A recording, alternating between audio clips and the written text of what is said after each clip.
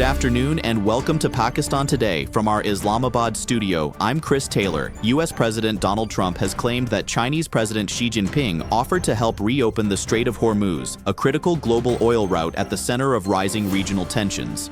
Trump said Xi also assured him that China would not provide military equipment to Iran amid the ongoing crisis involving Tehran, Washington, and Israel. The remarks followed high-level discussions in Beijing, where the two leaders focused on Middle East stability, energy security, and global trade.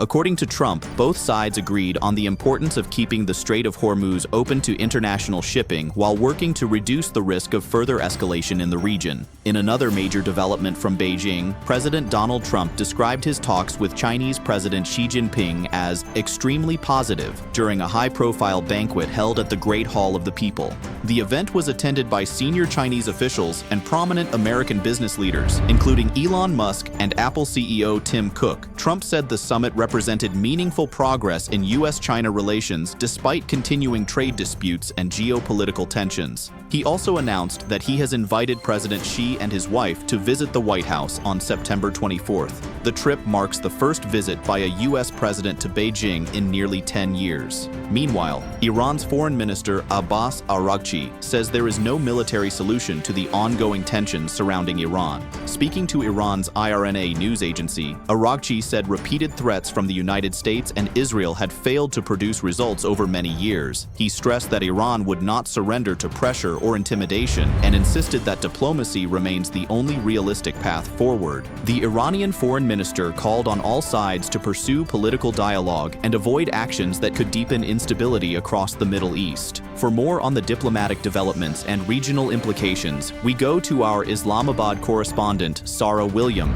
Regional tensions continue to dominate diplomatic discussions across Asia and the Middle East. Officials in Islamabad are closely monitoring developments involving the Strait of Hormuz due to its importance for global energy supplies and Pakistan's own economic interests. Analysts say China's involvement in discussions over maritime security reflects Beijing's growing role in international conflict management. Diplomatic observers also believe that renewed calls for dialogue from Iran may open space for wider regional negotiations in the coming weeks. Thank you, Sarah William. Reporting from Islamabad, Pakistan's Information Minister Ataullah Tarar has condemned what he described as a coordinated negative information campaign aimed at damaging Pakistan's image and undermining its role in promoting regional peace. In a statement posted on X, Tarar said propaganda was being spread from outside the country, but added that credible media organizations and fact-checking platforms had already exposed the false claims. The comments came after reports alleged that Iranian military aircraft had been stationed at Noor Khan Air Base during tensions involving the United States and Israel.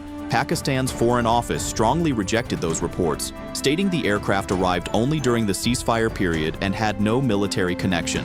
PPP Chairman Bilawal Bhutto Zardari says the government has not approached the Pakistan People's Party regarding any proposed 28th constitutional amendment. Speaking in Islamabad, Bilawal said no constitutional amendment or federal budget could pass without PPP support in parliament.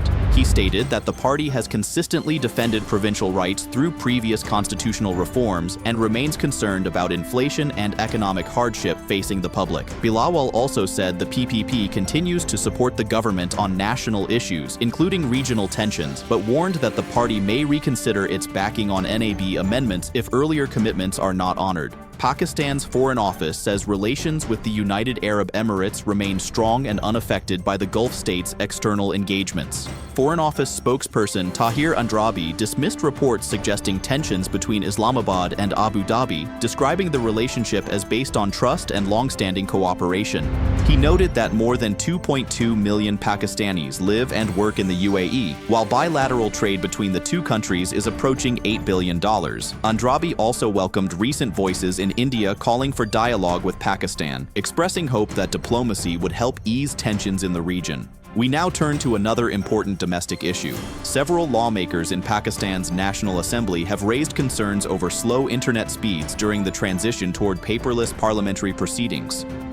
Deputy Speaker Ghulam Mustafa Shah said lawmakers had been provided tablets as part of the digital initiative. But many members complained they could not access official documents because of poor connectivity.